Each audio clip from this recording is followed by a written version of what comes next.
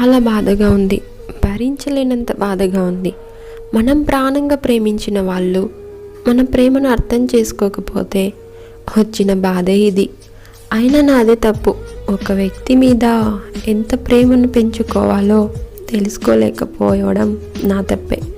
మనం చూపించే ప్రేమ వాళ్ళు విసుగ్గా ఫీల్ అవుతున్నారని తెలిసినప్పుడే వాళ్ళు మనల్ని ప్రేమించడం లేదని తెలుసుకోలేకపోవడం నా తప్పే.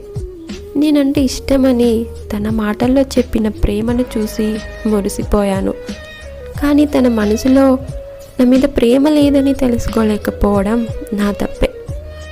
ప్రేమ అంటే ఎంతమందికైనా పంచడం అని తను అనుకుంది. ఒక్కరితోనే పంచుకునేది అని నేను అనుకున్నాను.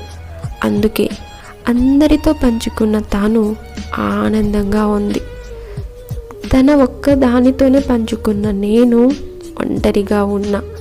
నా గురించి, నా బాధ గురించి 2 మాటల్లో చెప్పాలి అంటే అతిగా ప్రేమించి అతి దారుణంగా మోసపోయిన వ్యక్తిని నేను.